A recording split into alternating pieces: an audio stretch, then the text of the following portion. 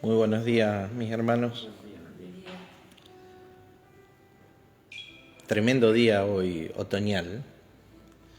Disfrutamos de nuestra aula ICB. Muy bienvenidos a los hermanos que se están sumando y que lo van a ir haciendo al correr de los minutos. Le damos la bienvenida a todos ustedes. Ahí veo tus corazones saliendo, Eli. ¿Cómo estás? Bienvenida.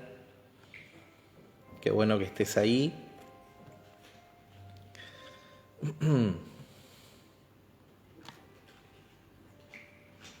Nuestra hermana Eli de Rosario, del Ministerio Valle de Bendición. Bienvenida. Juan Marcos, ¿cómo estás? Buenísimo verte, darte la bienvenida. Acá estamos con Marcela, con Fabián, con Miguel, con Daniel, con Martín, ¿sí? En el aula.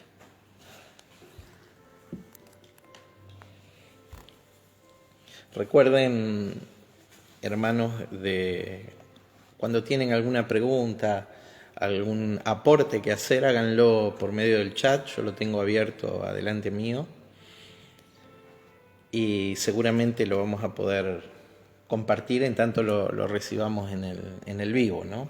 Igual el material va a estar subido al Face mío, a la red, así que desde ese lugar se va a poder ver en diferido, ¿sí? Inclusive aquellos hermanos que nos quieren ayudar a hacer llegar este material a otros,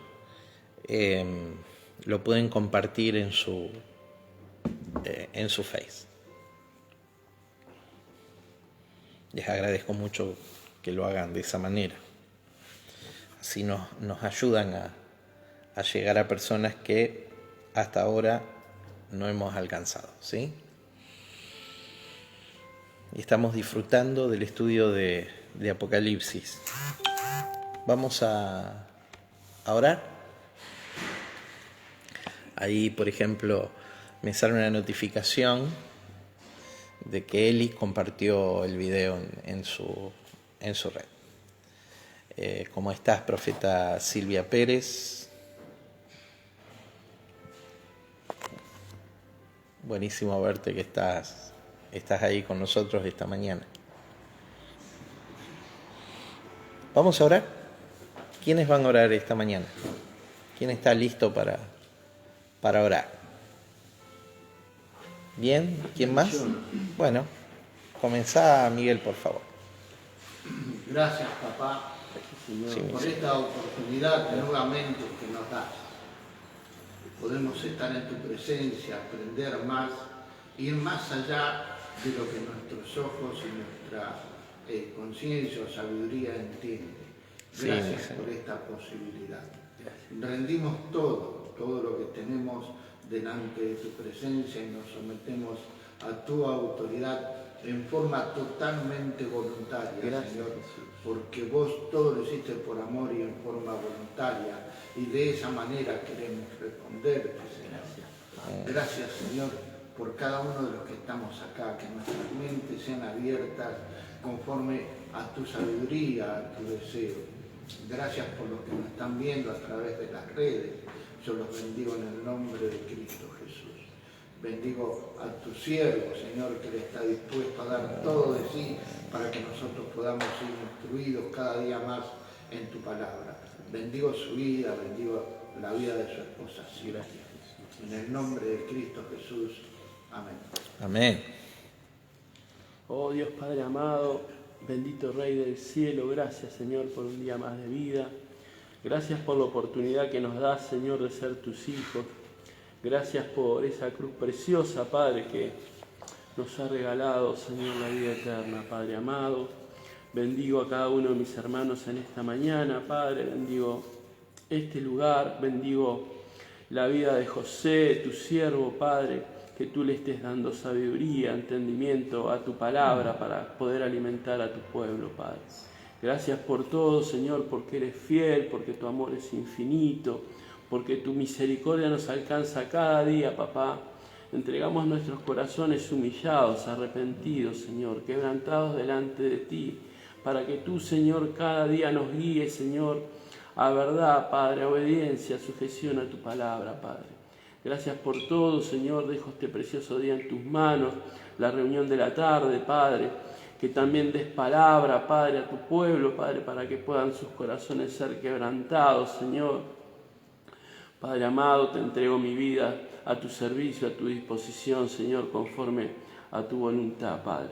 Gracias por todo, dejo este día en tus manos, sabiendo que nuestras oraciones no vuelven vacías, que en este estudio de esta mañana nos llevemos, Señor, más sabiduría de ti, Señor. Gracias por todo. Amén. Amén. Amén. Bienvenida, Blanca, esta mañana.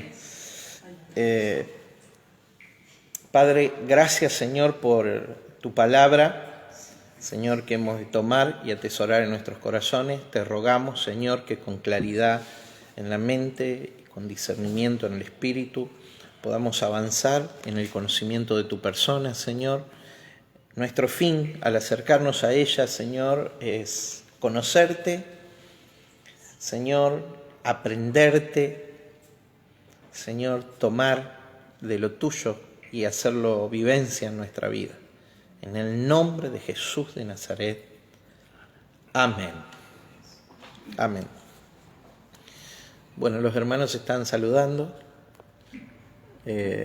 También está mi esposa que se sumó recién a la transmisión. ¿Cómo está, Silvi? Bueno, ¿qué vimos hasta acá del libro de Apocalipsis? ¿Qué significa la palabra Apocalipsis? Vamos con las preguntas más sencillas. La revelación. Revelaciones. Revelaciones. Significa básicamente correr el velo o telón, que descubre lo espiritual. ¿Y qué me pueden contar de Apocalipsis? ¿Cuál es el contenido del libro? Hay un contenido primario, que es la revelación de ¿qué? De la persona de Cristo, en una dimensión muy interesante, no un Cristo histórico, no un Jesús histórico, ¿sí? El relato del Jesús histórico lo tenemos en los evangelios, sino un Jesús glorificado, resucitado, ascendido, un Cristo de gloria. Por eso tenemos en el capítulo 1 la visión del Cristo glorificado, no ya la visión de Jesús muriendo o desarrollando una vida de servicio, sino del Cristo en su poder y su gloria. Bien, este es el motivo por el cual nos podemos acercar a Apocalipsis, porque es la revelación de Jesucristo. Y la revelación de Jesucristo es el espíritu de esta profecía, según dice Apocalipsis capítulo 19, verso 10.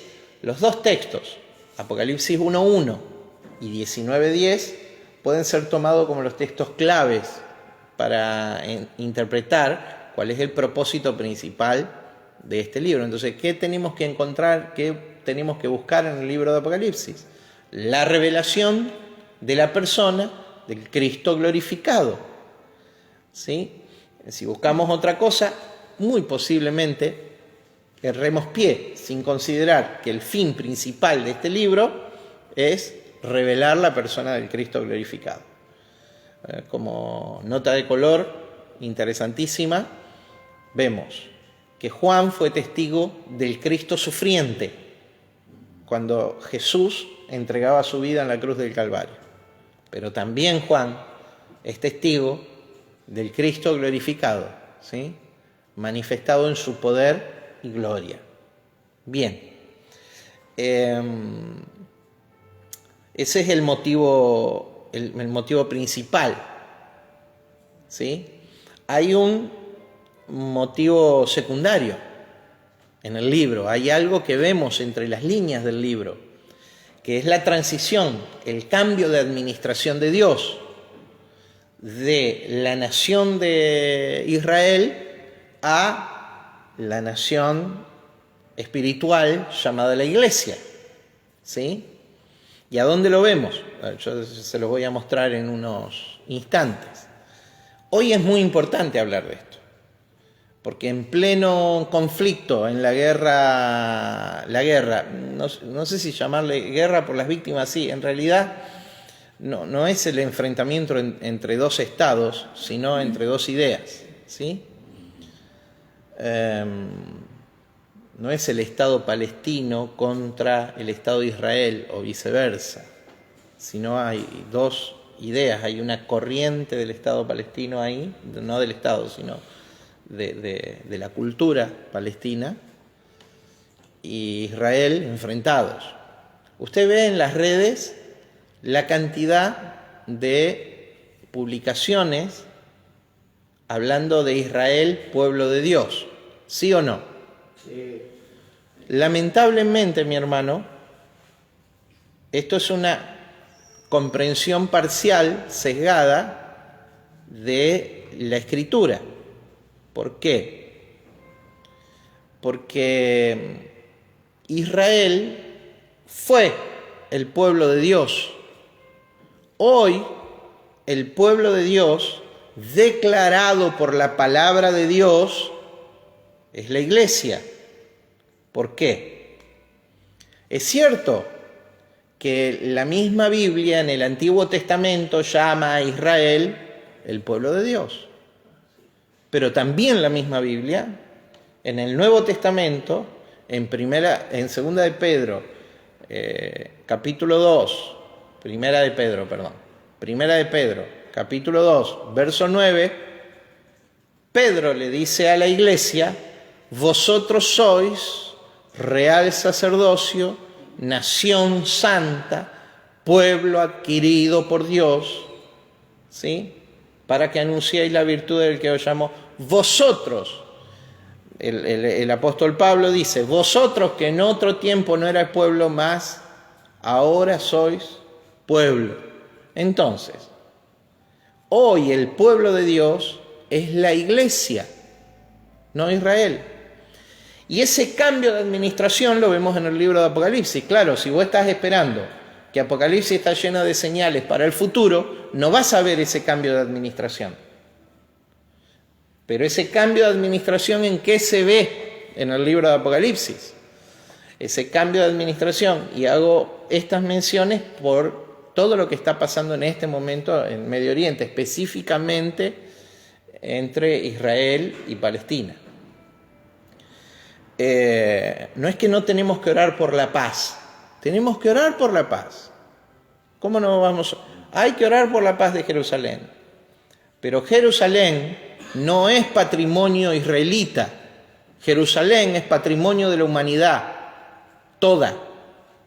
¿Me está siguiendo? Es una nación más.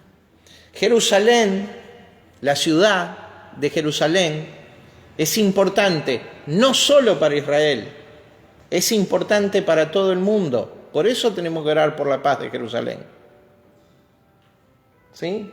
Ahora, el pueblo de Israel y el pueblo palestino hoy son, escúchame lo que voy a decir, iguales. ¿Cómo son? Iguales. ¿Por qué son iguales? Ambos necesitan de Cristo para su salvación y de la obra de Cristo para su salvación. ¿Me está siguiendo? Ambos pueblos han sido redimidos por la cruz del Calvario y está a su alcance en la fe en Cristo su salvación. Entonces, no hay que lamentar los caídos de un lado, hay que lamentar los caídos. Todo acto de violencia en el nuevo pacto es injustificado. Bienvenidos, yo lo voy a decir en un término medio, a la revolución del amor que trajo nuestro amado Salvador, Jesucristo.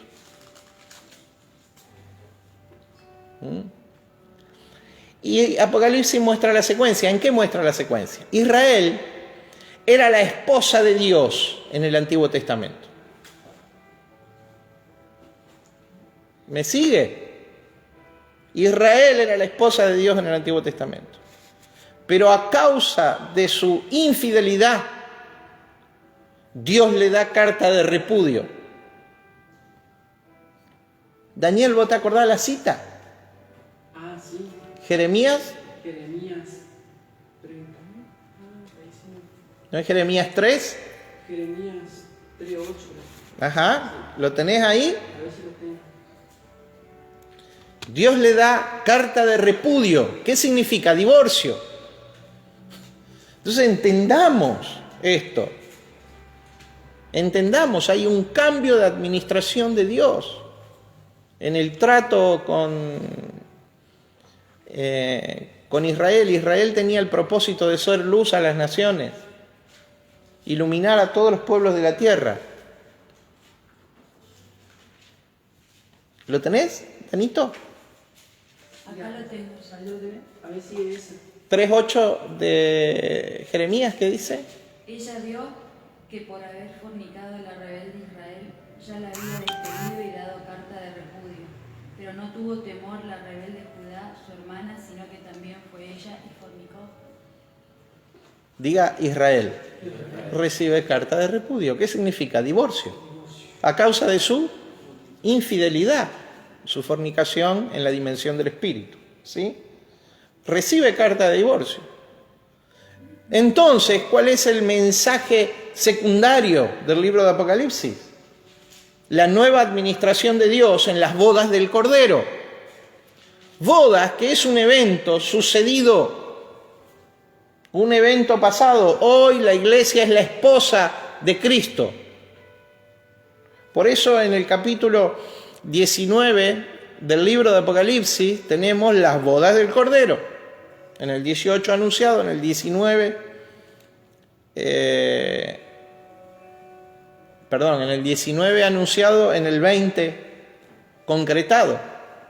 Y esa Jerusalén que baja del cielo como una esposa ataviada para su marido, es la iglesia. Es una figura, no es una ciudad que vuela. No es una ciudad cuadrada del futuro que viene del cielo de Dios, sino que es algo que proviene de la dimensión del Espíritu, y es la iglesia. Y se establece en la tierra, y Jesús dice, y aquí yo hago nuevas todas las cosas, y este es ese tiempo. Él hizo nuevas todas las cosas. Él cambió el marco espiritual de maldición en bendición, de condenación en salvación, de extraviado o alienado a hijo, a hijos. Ese es el mensaje secundario del libro. Secundario, pero no tan secundario. Fíjense que no habla de cosas futuras. El libro habla del programa de Dios de los siglos.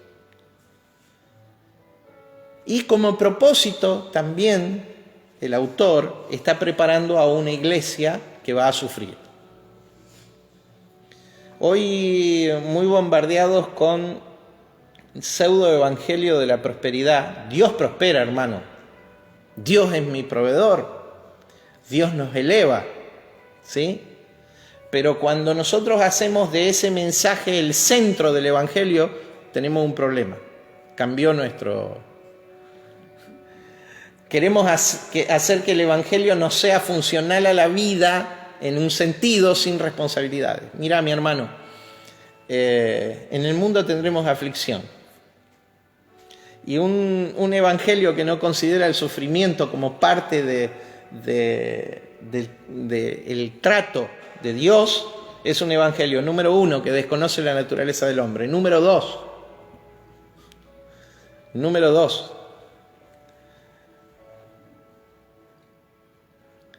¿por qué desconoce la naturaleza del hombre?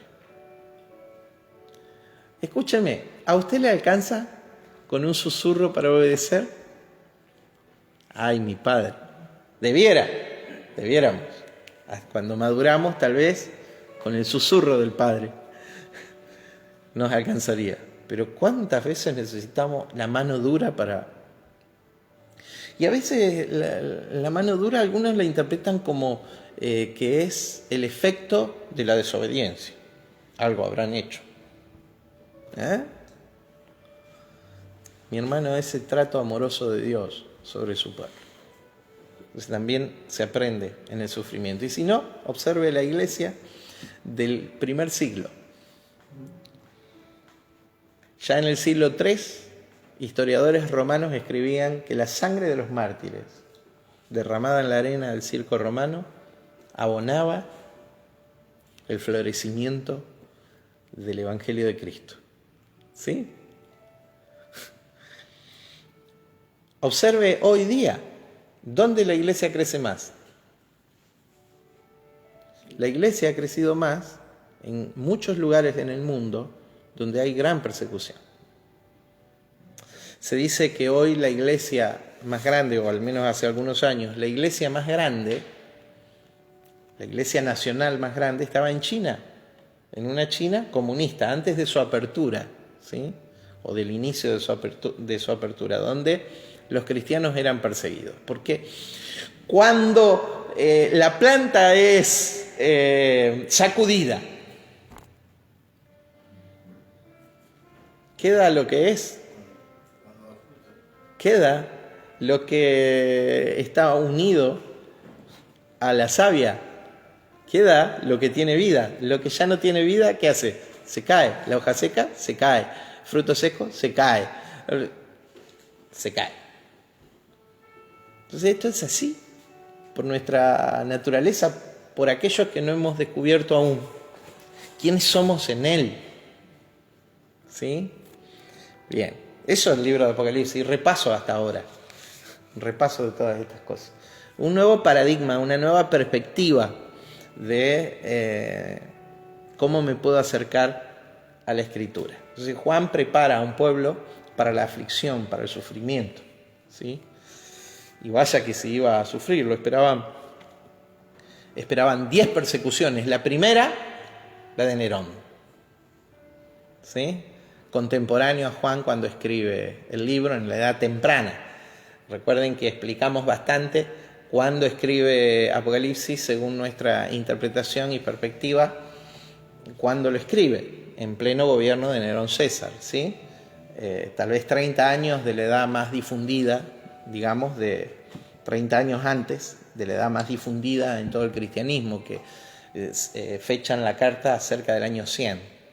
Nosotros nos inclinamos por el 66-67 de nuestra era, por esto de que las cosas que han de suceder pronto, y las vamos a explicar cuando lleguemos al capítulo 6 en adelante.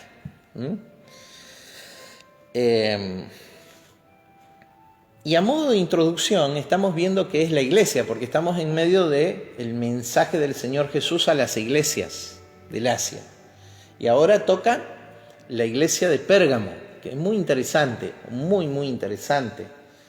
Cuando comencemos a estudiar el texto, que va desde el verso 12 hasta el verso 17 del capítulo 2 de Apocalipsis, ¿no? Pero para nivelar, para producir una nivelación entre los que nos escuchan, los que participan en la clase, no importa si hace mucho, hace poco que te estás sumando a la congregación, a los estudios bíblicos, a lo mejor te han enseñado otras cosas. ¿Qué es la iglesia? Y a modo de introducción estuvimos viendo esto de qué es la iglesia. La iglesia vimos su anticipo profético, su nombre, el significado, cómo se usaba la palabra asamblea, eclesía, los llamados y sacados, la eclesía como asamblea de gobierno. También vimos cuál es su inicio y estudiamos el llamado de Cristo en la cruz, cuando en idioma hebreo cuando dice consumado es, en el hebreo es kalá, es Dios llamando a su esposa, la esposa del nuevo pacto. Un pacto que, a diferencia del antiguo pacto que era con Israel, el nuevo pacto es incondicional. El antiguo pacto era condicional. Si hicieres y pusieres por obra. El nuevo pacto es incondicional. Dios se juramentó por sí mismo, según la carta a los hebreos.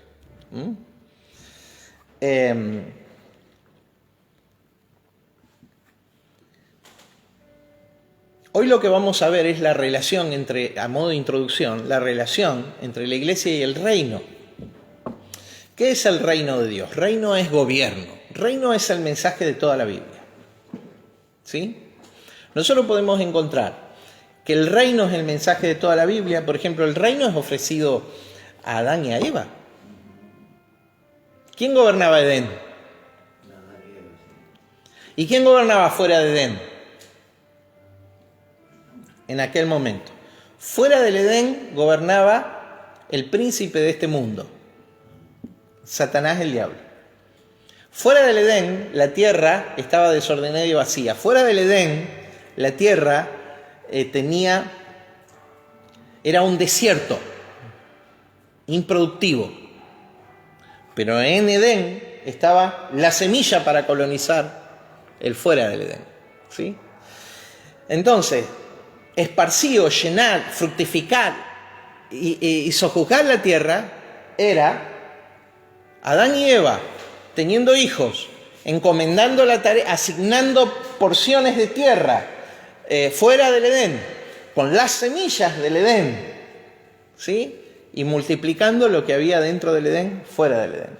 Diga, colonizando la tierra. Esa era la forma de extender y llevando así al gobierno de Dios, lo que se había salido de su gobierno. Todo el plano físico material se había salido de su gobierno. ¿Quién gobernaba Edén? Dios. ¿A través de quién? A través de Adán y de Eva. A ver, Dios le ofrece el reino a Israel. Mucho antes de Cristo le ofrece el reino a Israel. Israel tenía un sistema de gobierno teocrático donde había jueces que lo administraban. Pero ¿quién era el rey de Israel? Dios. Pero en un momento y bajo el ministerio profético de Samuel, ¿qué le dicen los príncipes de Israel a Samuel? Queremos ser como todas las naciones de la tierra. Samuel se enoja con Israel. ¿Y qué le responde? Oh, que no. Y en 1 Samuel 9 encontramos una conversación de Dios con su siervo Samuel, diciéndole: Samuel, tranquilo, vos, como diríamos en criollo nosotros, vos tranqui, no te están rechazando a vos, sino a mí me están rechazando. No querían el gobierno de Dios, el reino de Dios. ¿Qué es lo que querían? Un reino como los reinos de este mundo. Dios le da a un rey, ¿sí? De acuerdo al aspecto de todos los reyes de la tierra. Uno grandote, fornido, Saúl.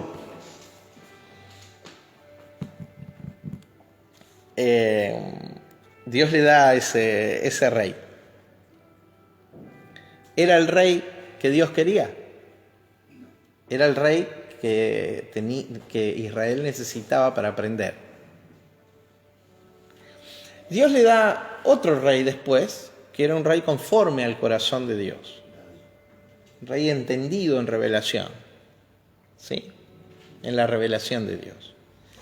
Y cuando viene David, él escribe en el Salmo 45, dirijo al rey mi canto. Él fue el rey bajo el gobierno del verdadero rey. ¿Quién era el verdadero rey? Dios. Dijo el Señor a mi Señor.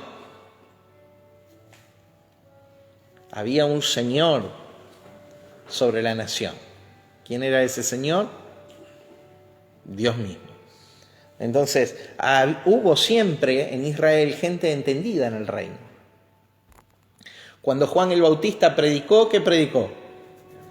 Arrepentíos, que el reino de los cielos se ha acercado. Entonces, el reino era ofrecido a Israel permanentemente. ¿Qué predicó Jesús? Arrepentíos, que el reino de los cielos se ha acercado. ¿Y qué predicaron los apóstoles? ¿Y qué predicamos nosotros? No, nosotros predicamos el evangelio de la salvación. No, nosotros predicamos el evangelio de la salvación. Perdóneme, mi hermano, quiero decirle algo en función a la relación entre el reino y la iglesia. El evangelio de la salvación es incompleto. Diga evangelio del reino. El evangelio del reino contiene la salvación. No hay reino sin salvación. ¿Me explico? Pero el evangelio del reino es mayor del que el evangelio que dice que un día te va a ir al cielo con Dios. Lo incluye, pero es mayor. Es el gobierno de Dios sobre los hombres. ¿Me está escuchando? Hermosos son los pies de los que traen las buenas nuevas, los que anuncian a Sión, monte de Dios, reino de Dios. Jehová, nuestro Dios, reina. Y desde ese lugar alto, el más alto de la tierra, el de mayor autoridad, declaramos, nuestro Dios reina. Y ese era el problema que los cristianos tenían con los romanos. Porque los romanos tenían el poder temporal. Y los cristianos decían, nuestro Dios, Jesucristo, reina. Él es el Sóter, el Salvador. Él es el Déspotes, el soberano. Él es el Kyrios, el Señor. Él es, no el César, el otro rey. Diga conmigo el otro rey. El rey cuyo poder es el más poderoso en toda la tierra. Salmo 2. Y aquí yo he puesto a mi rey sobre Sión. Yo te he engendrado hoy, mi hijo eres tú. Pídeme, te daré por herencia a las naciones. Las regirás con vara de hierro, las desmenuzarás como vasija de alfarero. Y el final del Salmo, honren al rey, todos los grandes de la tierra, no sea que se enfurezca en su ira. Y empieza antes. ¿Por qué se amotinan la gente? Los pueblos piensan cosas vanas, cosas vacías. Se rebelaron contra el Señor y contra su Rey, contra su ungido, su Cristo. Cuando dice esto se está refiriendo precisamente a Israel. Jehová, no, a todas las naciones. Jehová, no es estos. Jehová se reirá desde los cielos. Verso 3 del Salmo 2. Mi hermano, a ver, hay un cambio de administración de Dios. ¿Están ahí? ¿Están ahí? Bien. Hay un cambio de administración de Dios. Estoy mirando a ver si están ahí también. Hay un cambio de administración de Dios. Y el reino de Dios es el mensaje de la iglesia. ¿Cuándo Cristo dejó de ser rey? ¿Cuándo mi Salvador dejó de ser también mi rey? Pero si vos esperás un reino que venga, el reino es de naturaleza espiritual y está sobre nuestras vidas. ¿Quién es tu rey? Bueno, entonces modifica tu forma de hacer. ¿Viste que el evangelio de la salvación, cuando es solo de la salvación, le falta una parte? Diga evangelio del reino. Cristo es mi rey, es mi Salvador.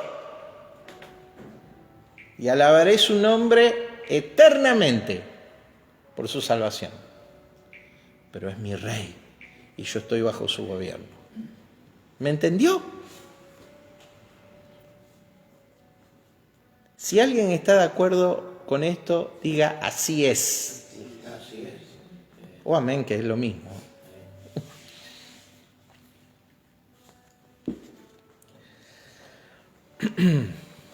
Entonces, ¿cuál es el mensaje de la iglesia?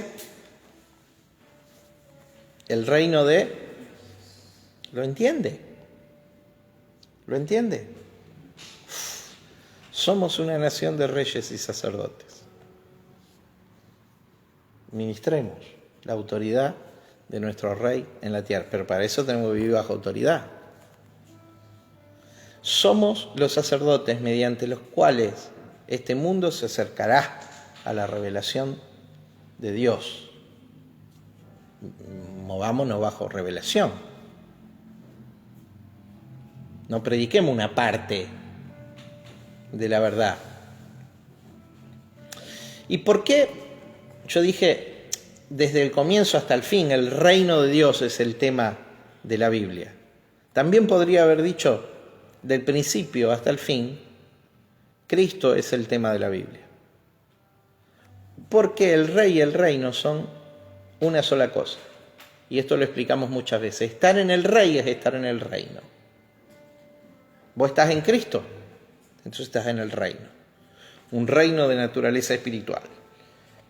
Diga, el reino es gobierno. Entonces ahora explicamos qué es el reino. El reino es gobierno. El gobierno de Dios. ¿Sí? El reino es la vida de Cristo. ¿Qué es el reino? La vida de Cristo. A través de nosotros. En nosotros y a través de nosotros. ¿Estás en la fe? ¿Despertaste a la fe en la obra y la persona de Cristo? Bienvenido al reino de Dios. Viví bajo su gobierno, hermano. Y Juan le escribe a las 7 iglesias. La primera, la iglesia de Éfeso. ¿Has dejado tu primer amor? Vamos. Recupera el amor. El primero en importancia. ¿Cuál es ese amor? Amor a Dios. Cualquier cosa que yo haga cuya motivación no sea el amor a Dios, se va a diluir. Se va a podrir. Madera, heno y hojarasca. El fuego vendrá y la consumirá. Cualquier cosa que yo haga por amor a Dios, el fuego la va a probar y la va a exaltar. Sea una cosa muy pequeña. Piedras preciosas, oro y plata serán exaltadas por el fuego. ¿Está? Vos decidís. Pero ¿cuál es la motivación para servir? Para hacer cualquier cosa en esta tierra. Amor a Dios. Entonces no sirve a aquellos que se acercan, pretenden a esta expresión del reino que es la iglesia, hoy, que se acercan y pretenden servir por otros motivos que no sean, y hoy vamos a ver algunos de esos motivos, que no sean el amor a Dios. Segunda carta, la carta a Esmirna, ¿sí? La carta a una iglesia sufriente, preparándola para el sufrimiento, los 10 días, el periodo completo de sufrimiento, ¿sí? que ellos iban a vivir. Y hoy, la carta a Pérgamo, que tiene una distinción muy particular. Diga trono de Satanás. Hoy vamos a desempolvar un poquito un temita para ajustarlo lo más posible a la verdad presente, que tiene que ver con la confrontación entre los reinos. Dijimos que el reino de Dios es el mensaje de la iglesia. Bueno, hay otro reino. Y los reinos tienen tronos, sitio de gobierno.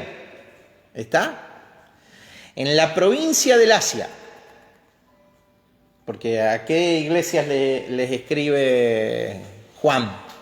O sea, Jesús a través de Juan. A las del Asia. En la provincia del Asia, la provincia romana del Asia, Había un lugar donde estaba el lugar de gobierno de Satanás. Y ese lugar era Pérgamo. No sobre todo el mundo, hermano, sino a las provincias del Asia. Había un lugar que era el lugar de gobierno de Satanás. Bueno, basta de espiritualizar el pasaje. Tiene un sentido literal. Y ahora se lo voy a explicar con la ayuda del Espíritu de Dios. Lo vamos a entender. ¿Por qué? Ahí estaba el trono de Satanás. Y nos va a ayudar a despertar acerca de cómo movilizarnos hoy. Se usa la expresión guerra espiritual, ¿sí? Y hemos hecho hasta congresos de guerra espiritual, donde nos encerramos adentro de las congregaciones y le gritamos todo tipo de improperios al diablo. Mi hermano, eso no es guerra espiritual. En todo caso, eso sería como un juego de mesa de la guerra espiritual. Perdóneme, si usted cree que está haciendo guerra espiritual encerrado, la guerra espiritual no se hace encerrado. La guerra espiritual se hace avanzando sobre las pseudo pertenencias del diablo.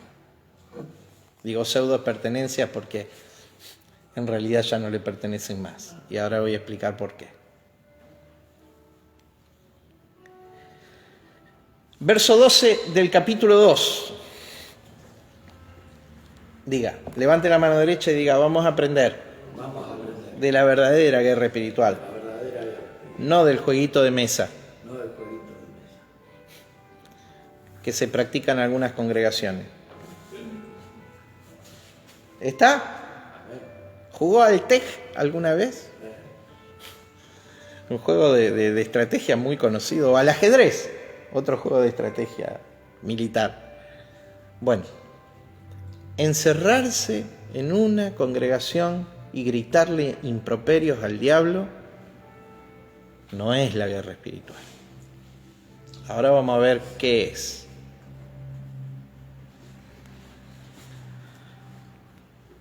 Escribe al ángel de la iglesia en Pérgamo: el que tiene la espada aguda de 2 filos dice esto: yo conozco tus obras y dónde moras, donde está el trono de Satanás. Pero retienes mi nombre y no has negado mi fe, ni aun en los días en que Antipas, mi testigo fiel, fue muerto entre vosotros, donde mora Satanás. Pero tengo unas pocas cosas contra ti, que tienes ahí a los que retienen la doctrina de Balaam, que enseñaba a Balac a poner tropiezo entre los hijos de Israel, a comer cosas sacrificadas a los ídolos y a cometer fornicación. Para alquilar balcones hoy, hermano. Y también tienes a los que retienen la doctrina de los nicolaitas, la que yo aborrezco. Por tanto, arrepiéntete pues, si no, y vendré pronto a ti y pelearé contra ellos con la espada de mi boca. El que tiene oído, oiga lo que el Espíritu dice a las iglesias. Al que venciere daré a comer del maná escondido y le daré una piedrecita blanca, escrito un nombre nuevo, el cual ninguno conoce sino aquel que lo recibe. El mensaje del Señor Jesús a la iglesia de Pérgamo. Diga Pérgamo. La expresión Pérgamo es muy interesante. Significa ciudadela o acrópolis. ¿Qué es una acrópolis en la edificación griega? Es un lugar elevado. Es un lugar elevado donde se ponían los edificios de gobierno. También era una fortaleza militar. ¿Cómo se edificaban las ciudades? Las ciudades se edificaban en torno a una colina. ¿Por qué? Porque cualquier ejército invasor, para poder tomar una ciudad tenía más dificultad. Si tenía que subir desde arriba a una ciudad amurallada o ciudadela, le arrojaban todo tipo de armas y de proyectiles, ¿sí? Bueno, Pérgamo significa sitio elevado, lugar elevado. Era una posición estratégica, una ciudad colocada en una posición estratégica. Si bien la ciudad más importante en los tiempos del Nuevo Testamento era la ciudad de Éfeso, por su cantidad de habitantes y su influencia marítima porque tenía puerto, Éfeso, la ciudad cabecera de la provincia romana del Asia no era Éfeso, sino era Pérgamo. En Pérgamo estaba asentado el gobierno romano de la ciudad. Desde Pérgamo legislaba el procónsul romano que dirigía la provincia. El gobernador de Asia estaba en Pérgamo, no en Éfeso. De ahí la expresión, donde está el trono de Satanás. ¿Me está escuchando? No había un altar en ese lugar. Seguramente había muchos, pero también había en otros lugares. Seguramente había muchos. Seguramente los altares en ese lugar no eran tan importantes como el de Diana de los Efesios, a quien veneraba toda Asia, como dice el libro de Hechos de los Apóstoles. Pero en ese lugar era el lugar desde donde se dirigía el gobierno de la provincia de Asia. Mi hermano, el gobierno de este mundo, bajo los principios y sistemas que operan en este mundo, ¿sí?, están bajo el gobierno operativo. ¿De quién? ¿De quién? ¿Quién opera en los sistemas de este mundo? El diablo. Satanás. ¿Por qué Juan dice que en Pérgamo estaba? No había un altar, como muchas veces nos dicen, un altar idolátrico en ese lugar. Había muchos seguramente, pero no hace referencia a un altar idolátrico. Ahí estaba. O yo vi al diablo y detrás del altar y asomaba. Desde ese lugar se tomaban todas las decisiones. Porque desde ese lugar se tomaban las decisiones de toda la provincia. Ese era el lugar donde el procónsul gobernaba. Entonces, entienda, mi hermano, lo que quiere decir Juan cuando habla del conflicto entre los dos reinos. Está hablando de los poderes temporales conferidos por Satanás, que son anti-reino de Dios. ¿Me está siguiendo? Esos son los sistemas, ahora te doy, Dani. Esos son los sistemas de este mundo. Por eso Satanás es el príncipe de este mundo. Y oiga bien, príncipe, no rey, príncipe de este mundo. Pero Jesús en Juan capítulo 12 declara: el príncipe de este mundo es echado fuera. ¿Fuera de qué? Su autoridad. Cuando Cristo muere en la cruz del Calvario, la autoridad del diablo fue quebrada. Cuando Cristo resucita de los muertos, todo poder que el diablo tenía fue quebrantado. Cuando Él resucita, exhibe públicamente a los principados y potestades. Jesús exhibe públicamente a principados y potestades, triunfando sobre ellos en la cruz del Calvario. Los despoja, según Colosenses capítulo 2, verso 15, de toda su autoridad, los lleva cautivos. Entonces hoy las huestes del diablo es un ejército desarmado, huyendo en retirada. Por eso, ante el nombre de Jesús anunciado, las tinieblas no tienen más que hacer que desalojar. Por eso, y no porque vos sos He-Man, cuando vos decís en el nombre de Jesús, te vas, los demonios tienen que desalojar ese territorio. No porque vos tenés determinada característica, no. Tienen que desalojar el territorio porque ya no les pertenece más a causa de la redención de Cristo en la cruz de Calvario. ¿Me seguís? Guerra espiritual entonces no es... Hay que orar, por supuesto. Y hágalo de toda la forma que usted cree posible.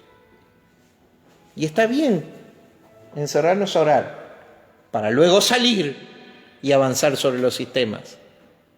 Porque son los sistemas de este mundo los que hacen operativo todavía un poder que hace 20 siglos fue revocado. ¿Me sigue? ¿Por qué está operativo hoy? Ay, pero la maldad, ay, pero el diablo. Son los sistemas los que sostienen la operatividad del diablo. ¿Cuál es el problema? Y que metimos esos sistemas dentro de la iglesia.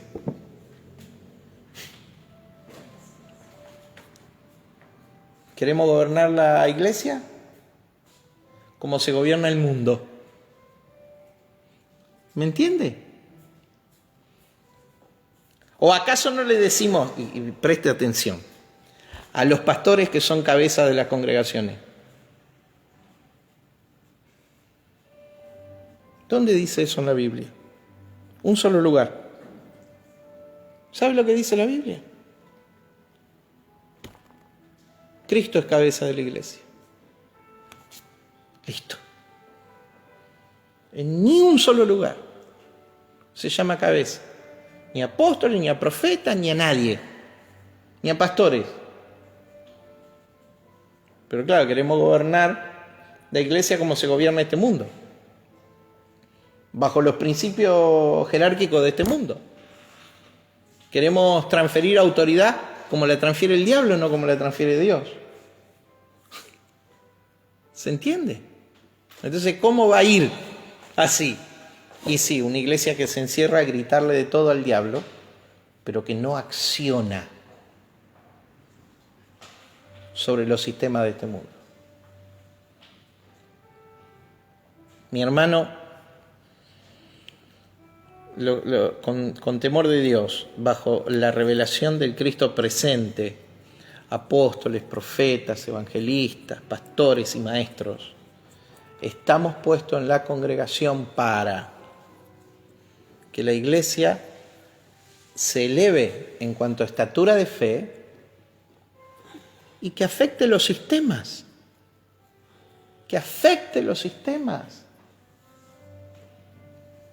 Una iglesia que cuando alguien se levanta entre sus líneas, y me voy a ir un par de siglos atrás, porque si hablo de la iglesia ahora, se puede armar un lío. Entre sus líneas, cuando se levanta alguien con un sueño, le dicen: ustedes están locos. Los hermanos Fly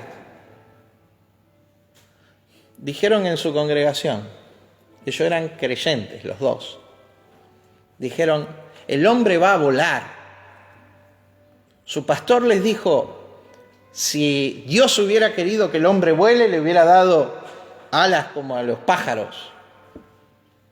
Y los expulsaron de su congregación. Ellos crearon el primer avión, el primer vuelo reconocido en la edad moderna. Diga, afectar sistemas. Afectar sistemas. Fueron hombres, y estoy hablando de la edad moderna, no estoy hablando de... Fueron hombres llenos de Dios que afectaron y crearon los sistemas, le dieron formas a sistemas y los alteraron en este mundo. Escúchame, Dios nos llamó a eso, a llevar el reino de Dios a las naciones. ¿Me está escuchando? Entonces, la guerra espiritual, ¿en qué consiste? En que la iglesia afecte con el reino de Dios porque el sistema con el cual el mundo va a funcionar para bien, para desarrollo de la humanidad, es el reino.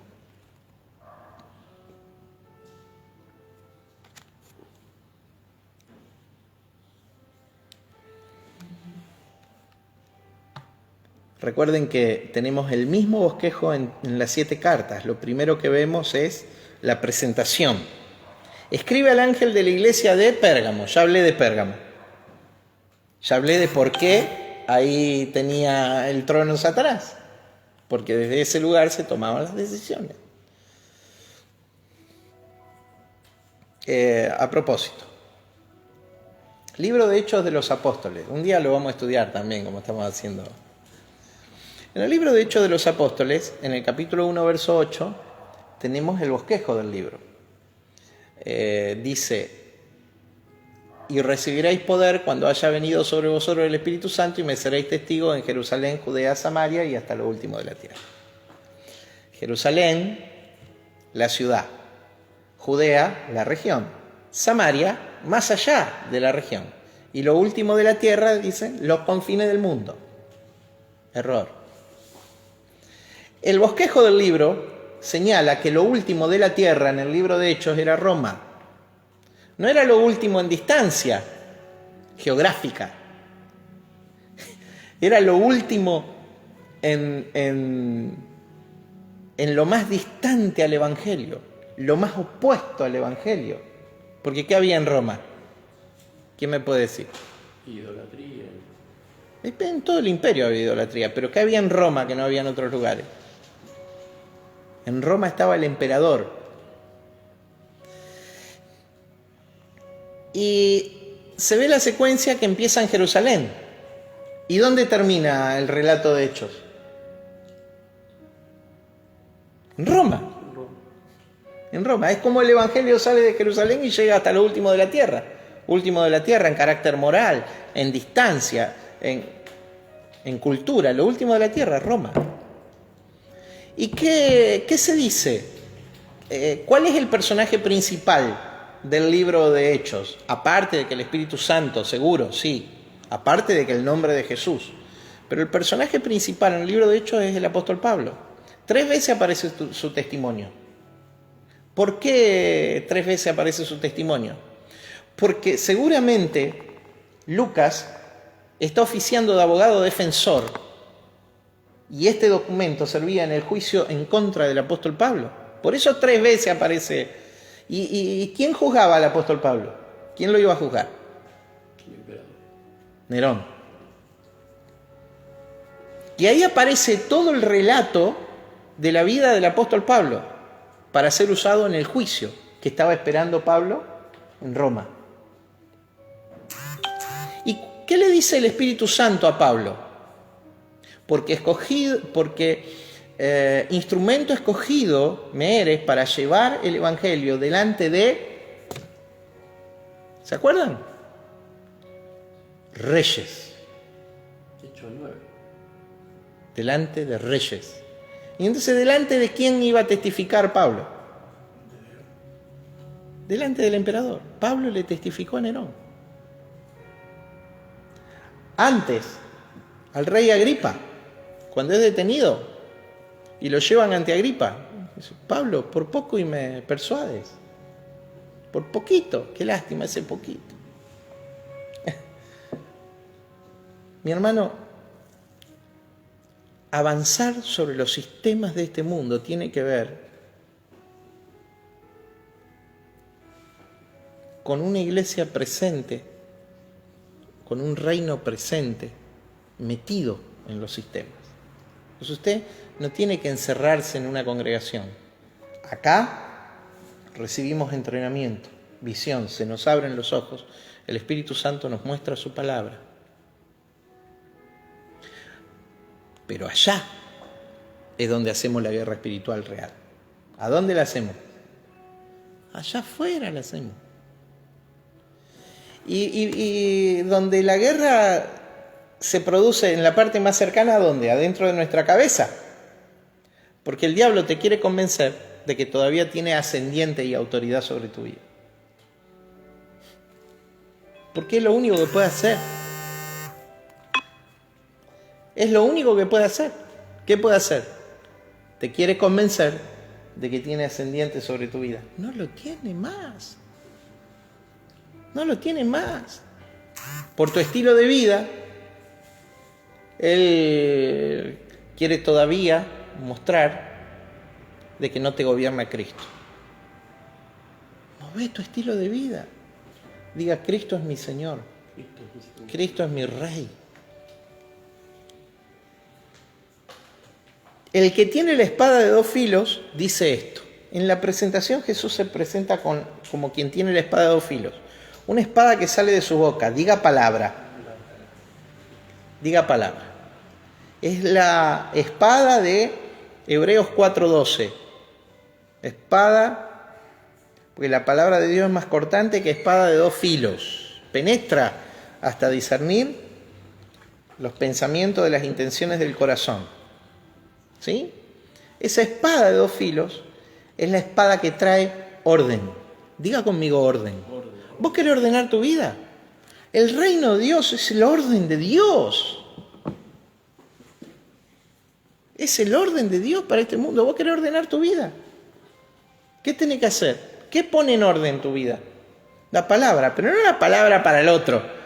Porque leemos la palabra para... mirá lo que te dice, y ahí va el versículo este, y allá va el texto este, y va... No, ¿para quién es? Para mi vida. La palabra de Dios es para mi vida.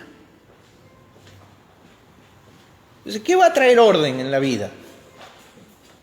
La palabra aplicada, no intelectualmente sabida.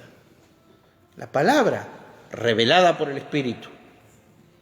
El rema de Dios, la palabra revelada. Y luego el rema tiene una instancia superior que es el logos. No tengo tiempo de explicarlo ahora. El logos de Dios es la palabra encarnada. Cuando vos permaneces en obediencia a la palabra, esa palabra se hace carne, se hace manifestación visible. Jesús decía, Él era el logos, Él era la palabra encarnada. Él vivió en perfecta obediencia al Padre, el Verbo. El que tiene la espada aguda dice esto: yo conozco tus obras. Y acá lo que tenemos es el potencial de la iglesia. Entonces la palabra trae orden. En la presentación lo vemos. Cuando vos te exponés a la palabra, no desarrolles dureza en tu corazón. Porque esa palabra que desarrolla dureza, mata.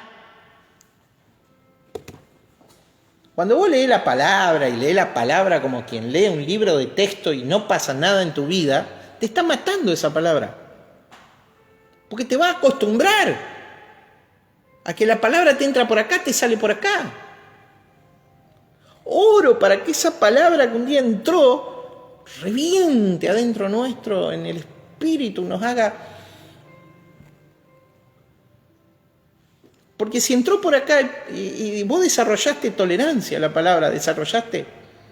mira, muchos lo hacen así.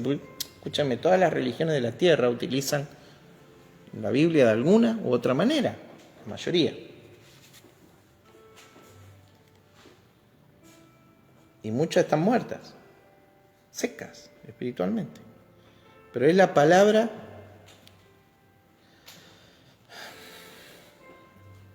soplada por el Espíritu de Dios en nuestro espíritu lo que va a iluminar y nos va a permitir mover nuestra vida. Entonces, con respeto, honra a Dios. Cuando recibas una palabra, mueve tu vida. No dejes que la palabra quede sin acción, porque te va a matar. Porque la letra sin el espíritu mata. La Biblia dice eso, ¿no? Primera de Corintios. La letra sin espíritu mata. ¿Y cómo mata? Te va a volver un árbol seco, que está listo para ser quemado, no da frutos del Espíritu. No, la vida de Dios no va a fluir.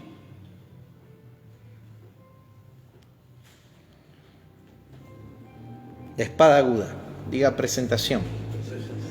La palabra trae orden, pero hay que animarse a mover el corazón detrás de la palabra.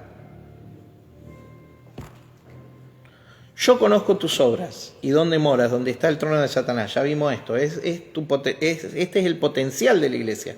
Pero retienes mi nombre y no has negado mi fe. O sea, esas son las virtudes de esta congregación, de este mensajero, de este ángel, de los suministros allí. Retienes mi nombre y no has negado mi fe. ¿Qué significa el retener? Retener literalmente, a ver si te puedo decir la palabra griega. La termino de mirar, mirá. Vos sabés que tengo que buscar. Estás haciendo fuertemente, es la palabra krateo, que significa echar mano, guardar, abrazar, aferrar. Has retenido, te agarraste fuertemente. Retienes mi nombre y no has negado mi fe. Estás agarrado de mi nombre. Buenísimo, porque la autoridad está en el nombre de Jesús. Y no negaste mi fe. Pero hay un poco de mezcla ahí en esta congregación. Este era el potencial. Dice, ni aun en los días que Antipas, mi testigo fiel, fue muerto entre vosotros, donde mora Satanás. Antipas.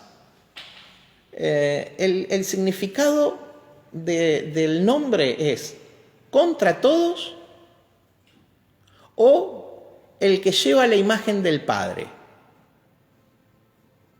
Me inclino por el que lleva la imagen del Padre, más que el contra todos. Testigo fiel, mi mártir, esa es la expresión testigo, ya la vimos en otra parte. Fue muerto entre vosotros donde mora Satanás. Evidentemente, juzgado por las autoridades romanas, un hijo fiel. Solo para recordar, lo aprendimos la semana pasada, en el reino de Dios, la moneda de adquisición del reino es la fidelidad. No se lo olvide a eso. Fidelidad es la moneda de adquisición del reino. Cuando querés comprar algo, ¿con qué lo comprás? Dinero. Dinero es cómo se adquiere en este mundo. ¿Cómo se adquiere en el reino? Fidelidad. ¿Sí? En la antigüedad, el verbo, un sustantivo. Pisteuo es un verbo, significa creer. Fe es un sustantivo, en griego pistis, fe, pero tienen la misma matriz. En muchas partes de la Biblia es traducido, este pistis es traducido fidelidad, no fe. Porque es usado como se usa en las grandes religiones de la tierra, los fieles, los seguidores de una religión. ¿Me sigue? Los que son de la fe, los fieles. Porque fe y fidelidad van juntas.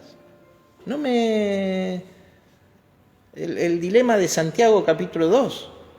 Mostrame tu fe sin obras, sin fidelidad. Que yo te voy a mostrar mi fe a través de mis obras, de mi fidelidad. La fe sin fidelidad no se ve. Está muerta, es estéril, no tiene fruto. Entonces diga fidelidad. ¿Qué está buscando Dios de nosotros? Fidelidad. Eso grabátelo a fuego. Te podés olvidar de todos los datos históricos, todo este trazado que estamos haciendo, pero vos acordate, fidelidad. en los días que Antipas, mi testigo fiel, fue muerto entre vosotros, donde mora Satanás. Verso 14.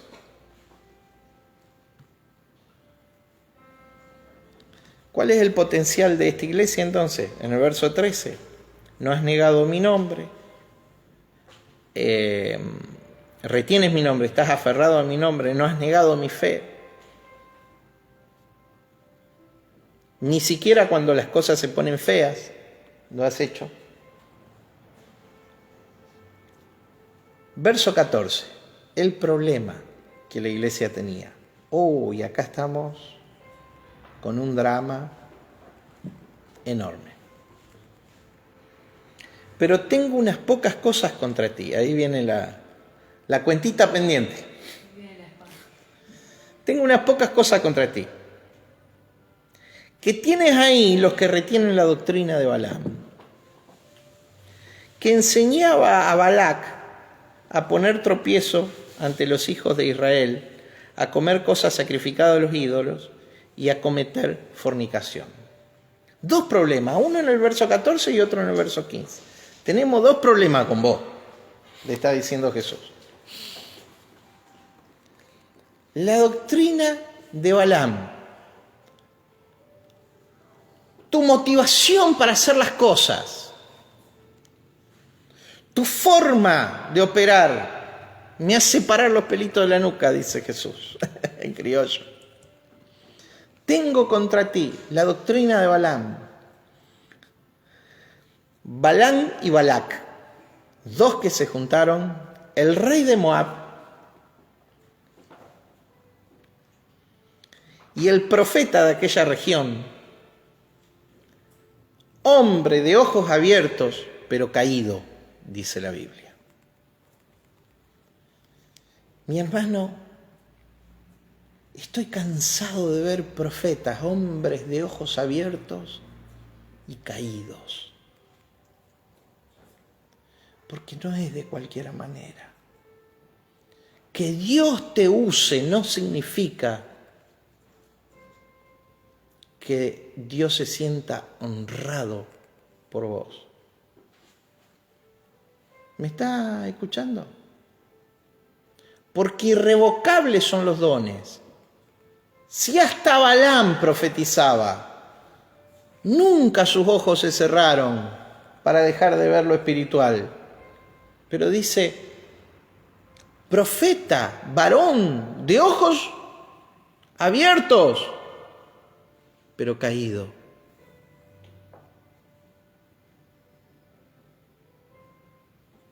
No es de cualquier manera, iglesia.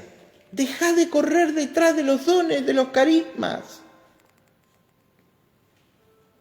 Corre detrás de la palabra. La palabra trae orden. No los dones espectaculares.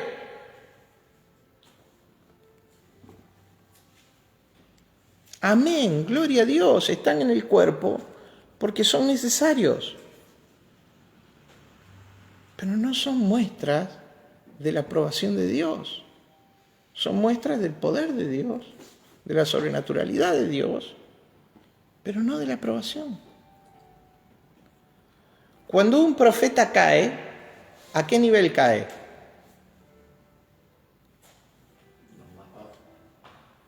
Al segundo cielo. Cuando alguien cae del tercer cielo,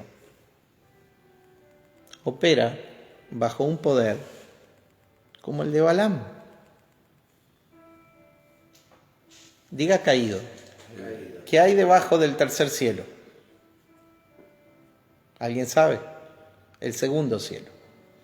Los lugares celestiales, la operación del maligno en el espíritu. ¿Aún quién gobierna esa operación, ese nivel? Dios.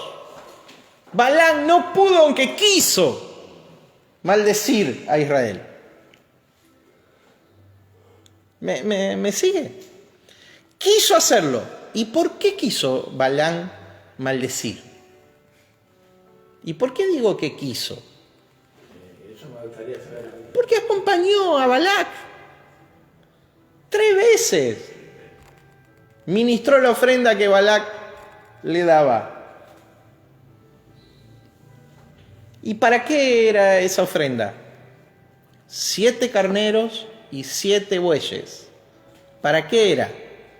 No era poco. ¿Cuánto valdrá un novillo? No, novillo no, un toro reproductor.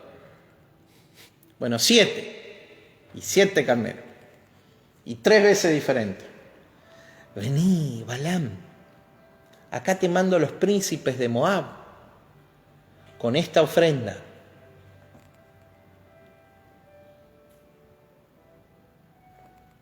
Judas dice que el pecado de Balac era el lucro. ¿Qué es el lucro? La ganancia. La motivación de su servicio. ¿Cuál era? La ganancia. Mi hermano, si la motivación de tu servicio no es el Señor, no es el gobierno del rey, no es su persona, está frito. Le pasó a Pérgamo. La ganancia. Y ahí está lo que hablaba del Evangelio. El algo a cambio, la bendición. Balaam. Balaam significa señor del pueblo. Y después vamos a entrar. ¿Qué significa? Señor del pueblo. El que se levanta dominando a las personas. Y Balac significa vago o destructor. Se juntaron el hambre y las ganas de comer. ¿Qué junta? Bueno, y ahí tenés el relato de Números entonces. Se juntó el vago y destructor con el que se enseñoreaba del pueblo, con el varón de ojos abiertos pero caído. Y el resultado de eso fue que no pudieron contra lo que Dios bendecía. Pero nos deja una lección. Retenés ahí a los que ponen tropiezo a los hijos de Israel. ¿Y por qué tropiezo? ¿Qué tropiezo si no pudo maldecir a Israel? Pero sí pudo hacer otra cosa. Pudo sembrar una enseñanza, porque ahí el problema era la enseñanza de Balac. No era de Balaam. No era el espíritu de Balaam, sino su enseñanza. ¿Qué enseñaba? Israel, coma de lo sacrificado a los ídolos. Coma de lo sacrificado a Baal Peor, ¿sí? Uno de los ídolos de Moab.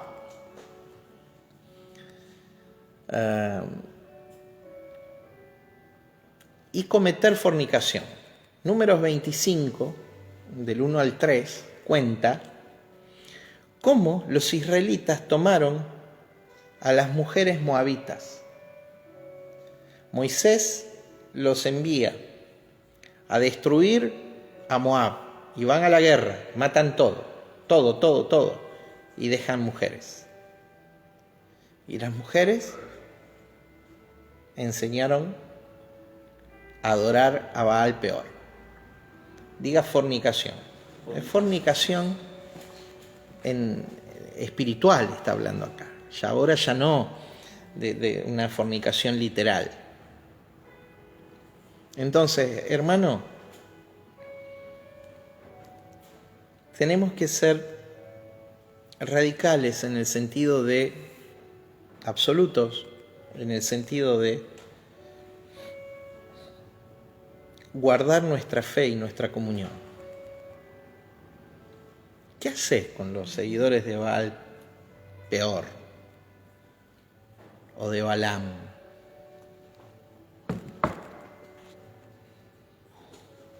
Quienes siguieron a Balaam cayeron en la fornicación, en el tropiezo y en el lucro.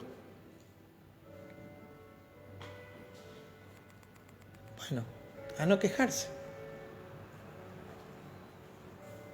El problema... Estas 3 cuestiones se la veo a Jezabel. Después. La semana que viene lo vamos a desarmar. Les toca a la iglesia de Tiatira. Ahí es Jezabel. Acá es Balaam. Segundo problema con el mensajero de Pérgamo. También tienes a los que retienen la doctrina de los nicolaitas, a las que yo aborrezco. Vos te aferrás a ellos, retienen la misma. Tenés a los que retienen, se aferran a la estructura jerárquica en la iglesia, a los Nicao, a los vencedores sobre el pueblo. Acuérdense, Balaam significa señor del pueblo. A los vencedores sobre los que se enseñorean, como que tienen posesión del pueblo. Este es mío. El único que puede decir este es mío, ¿sabe quién es?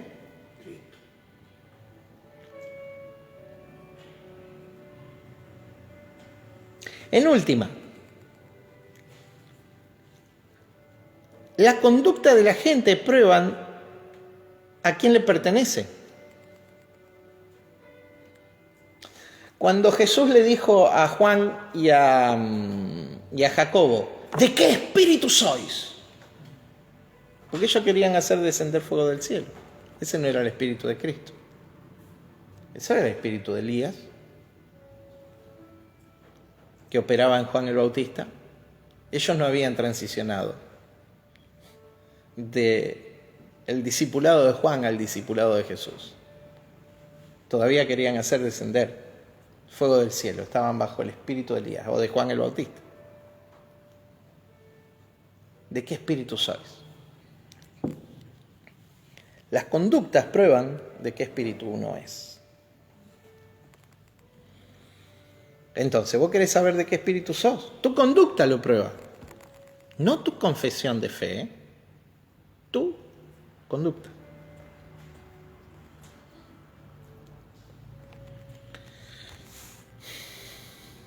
Doctrina de los nicolaitas, los que se enseñorean del pueblo. Diga liderazgo.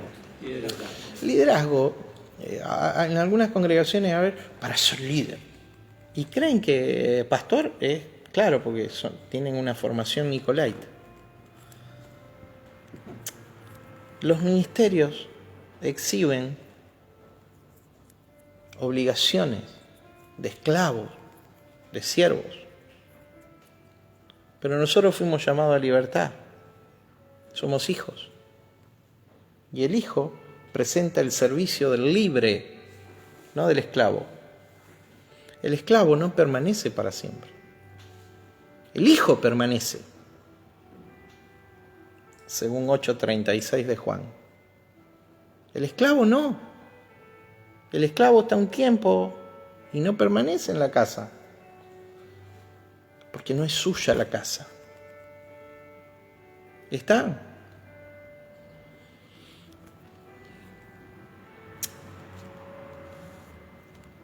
También tienes a los que retienen la doctrina de los nicolaitas, la que yo aborrezco.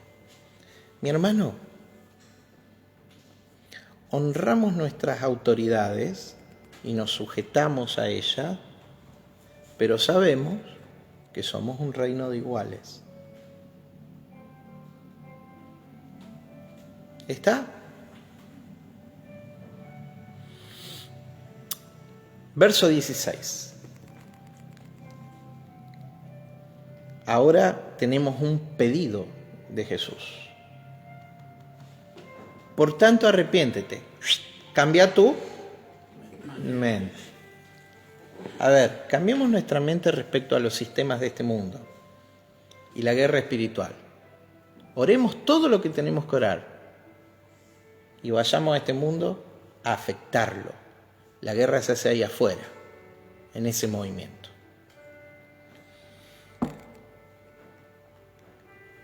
Cambiemos nuestra manera de pensar acerca de nuestro servicio. Sabé que el que quiera ser el mayor será vuestro servidor. Es así. no sirvas por motivos equivocados. ¿Sabes qué me muestra cuando una persona sirve por motivos equivocados? Que no sabe quién es en verdad. No hay una mayor valoración de uno mismo en el liderazgo. No, mi hermano, vos sos hijo y no hay mayor título que hijo. ¿Está? Serví como hijo.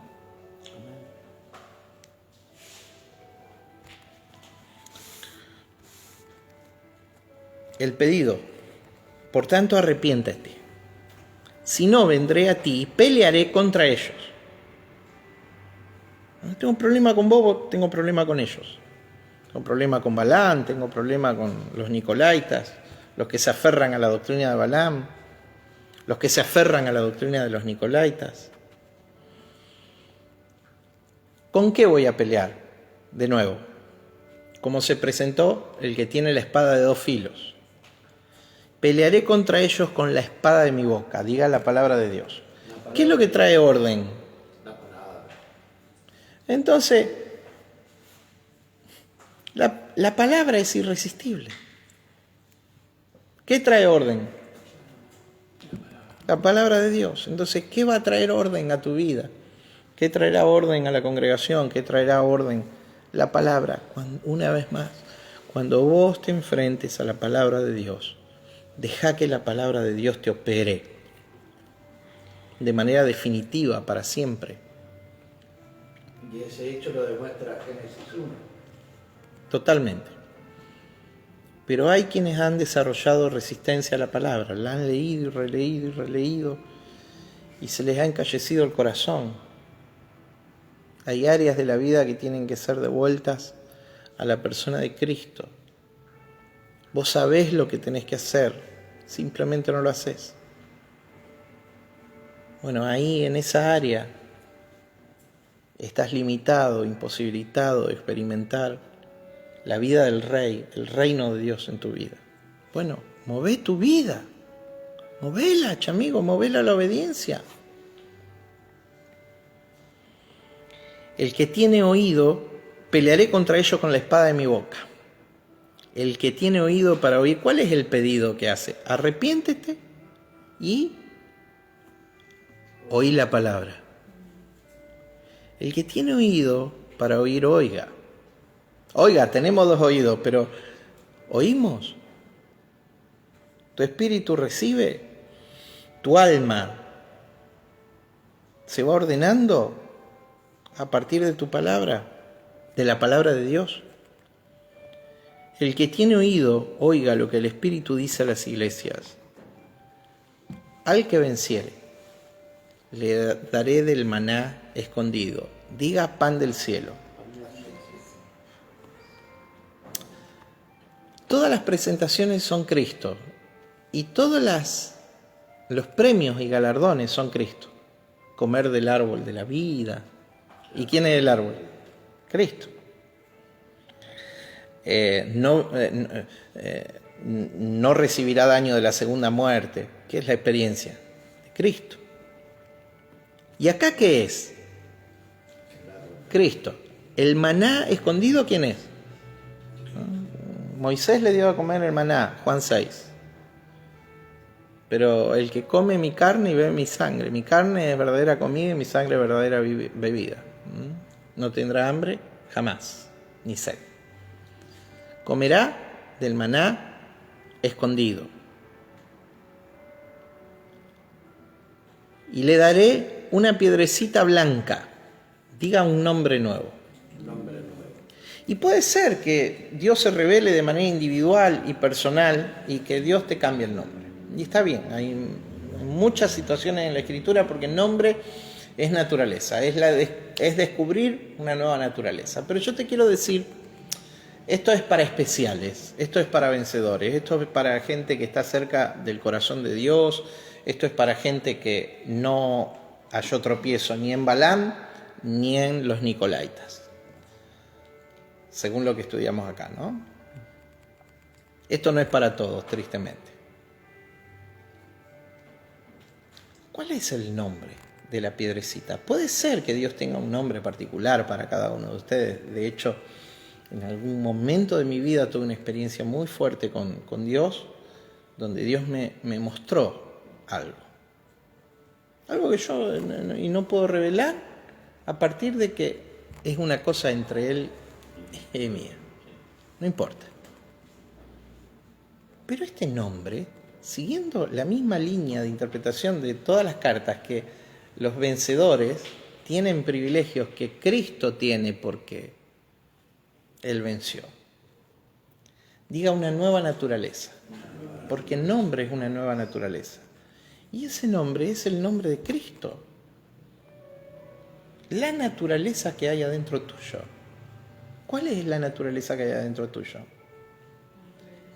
Levante la mano derecha y diga, de Cristo estoy hecho. De Cristo estoy hecho. Pero esto es para poco, esto no es para todo el mundo, hermano. Esto debiera llegar a ser para todo el mundo, pero la verdad es que es solo para gente que ha ordenado su vida.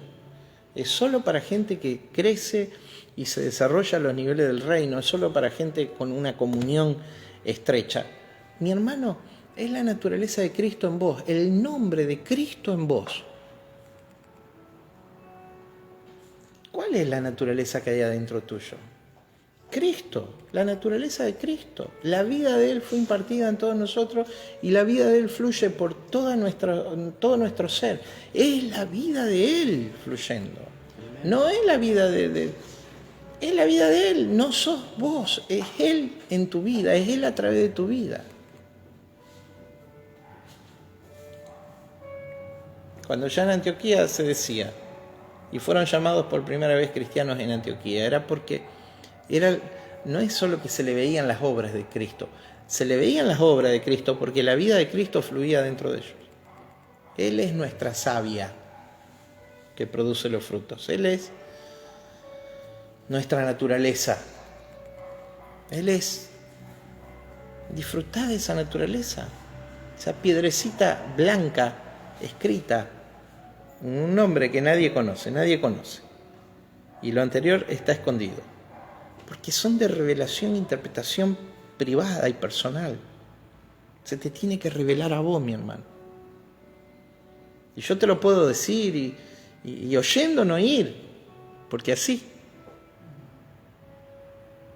Y a lo mejor se te arma hasta una entelequia ahí media rara en la cabeza, pero es la naturaleza de Cristo en y a través tuyo. Y el cambio de naturaleza lo podemos ver en Abraham y Sara. Abraham, en el cambio de nombre, hay un cambio de naturaleza. Cambio de nombre, cambio de naturaleza. Pero nosotros fuimos llamados a ser parte de Cristo. La expresión del Cristo presente.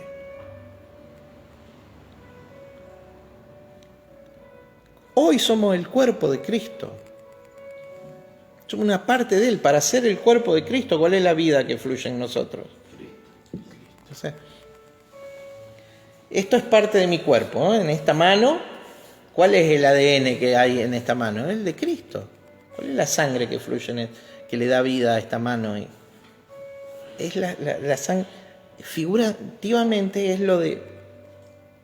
lo mismo sucede con Cristo en nosotros. ¿De dónde proviene nuestra vida? ¿De dónde brota? Ese nombre es Cristo. Pero bueno, nadie conoce y está escondido. El maná está escondido y el nombre nadie conoce, porque se te tiene que revelar.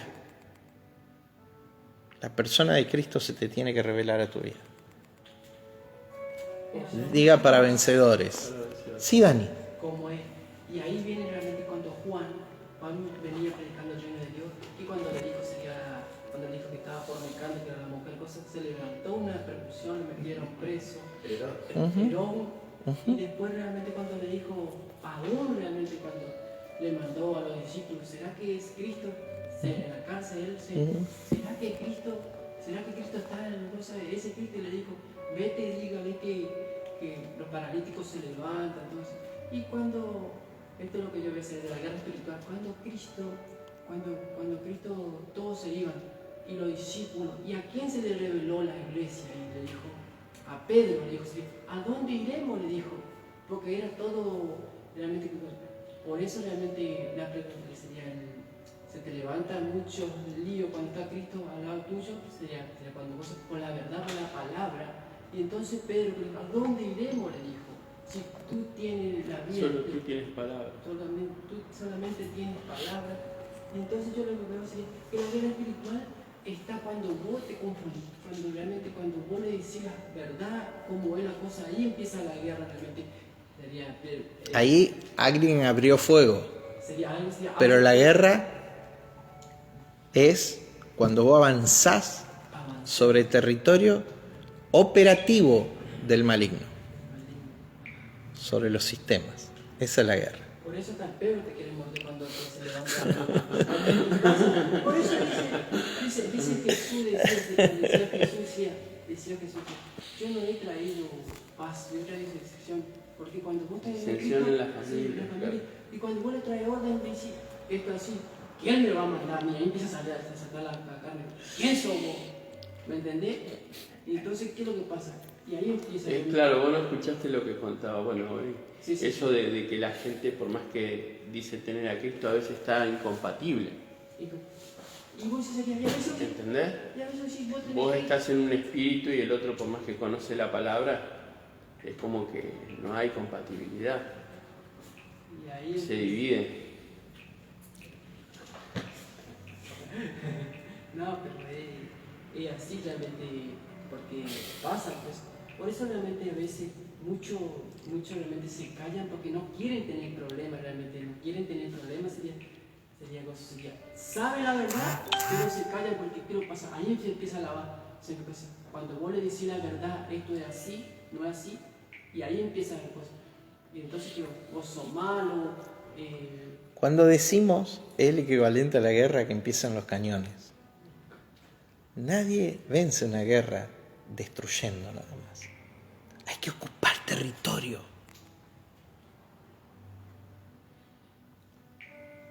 Decir es una cosa, pero muchísimo más poderoso que decir. La confesión es el inicio. Muchísimo más poderoso que el decir, es el hacer. Las guerras se definen con la ocupación de territorios, no con destruir. Entonces nosotros decimos, pero ahora tenemos que ir y ocupar. Miren, y acerca de Juan el Bautista que citaba Dani, que sigo sin entender de qué lado salió, pero lo aplico así. Lo aplico de esta manera. Al final de esa conversación que Daniel citaba, de Jesús con Juan a través de los discípulos de Juan, cuando Jesús deja esa conversación privada, no habla mal de Juan el Bautista, dice, mirá, duda de mí. Todo lo contrario. Se vuelve a sus discípulos y le dice, muchachos, no ha nacido de mujer un hombre mayor que este. En la existencia natural no hay un hombre mayor que Juan el Bautista. Pero no termina ahí. Observe lo siguiente, para que el reino de Dios se nos revele.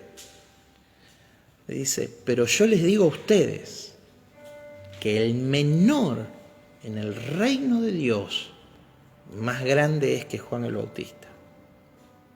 Amén. Porque el reino de Dios es de una naturaleza superior. Mas yo les digo a ustedes que el menor en el reino de Dios es mayor que Juan el Bautista. Mi hermano, disfrute del reino de Dios. Materialice el reino de Dios. Hagamos guerra espiritual bajo el diseño de Dios. Avancemos y ocupemos los territorios. Crezcamos, desarrollémonos, avancemos. Es un asunto de toda la vida. No es solo el decir, es el decir acompañado de la acción determinante de desalojar al enemigo.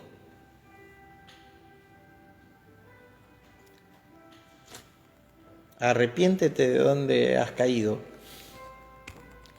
¿sí? Volvete a Dios, causa una renovación en tu mente y en tu corazón, en tu mundo interior, para ordenarte con Dios y movilizarte en la dirección que tenemos que ser movilizados, que es desalojar los territorios, los sistemas que están ocupados por Satanás. Amén.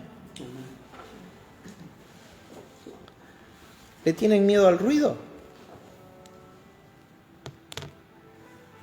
Porque le digo que cuando uno empieza a avanzar sobre territorios ocupados por el maligno, ahí empieza el ruido. Ahí empieza el rum, rum, rum, rum, rum.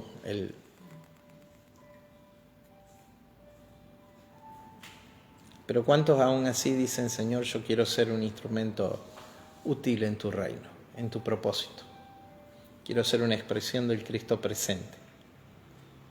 Oramos. Padre, en el nombre de Jesús, te damos gracias por tu palabra. Señor, gracias por este mensaje del Señor Jesús a la iglesia de Pérgamo.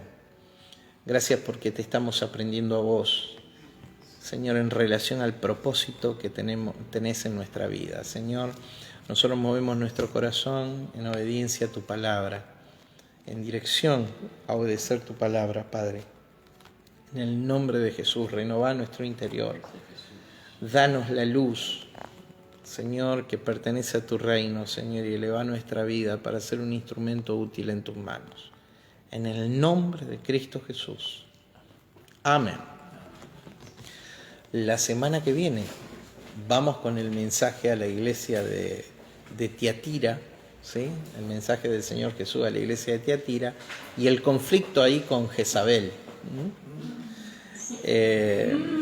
Mis hermanos, un gusto que poder haber soltado esta palabra sobre tu vida, que el Espíritu de Dios produzca edificación en el corazón de todos ustedes acá en el aula y aquellos que nos están siguiendo por internet. Será hasta la semana que viene. Hoy a las 18 horas tenemos celebración en ICB. Vamos a estar saliendo al aire y los abrazo en el Señor.